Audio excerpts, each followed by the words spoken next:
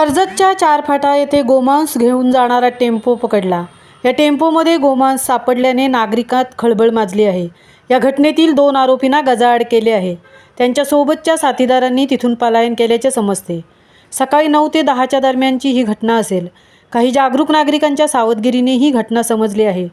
Pickup क्रमांक MH47AS 3164 याला towing केलेला टेम्पो क्रमांक MH03 DV4187 उभा असताना काही लोकांना संशय आला आणि अधिक चौकशीअंती हा प्रकार उघडकीस आला आहे। महामुंबईसह अरुण म्हसकर, कर्जत।